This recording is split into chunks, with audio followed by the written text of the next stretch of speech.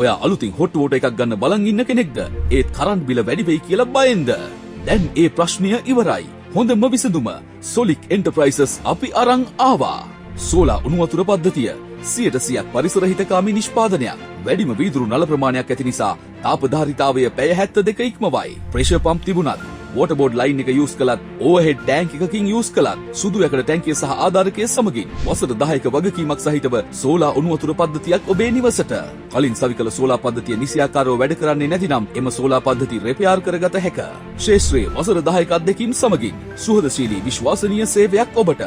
සොලික් enterprises විමසි 071 886 886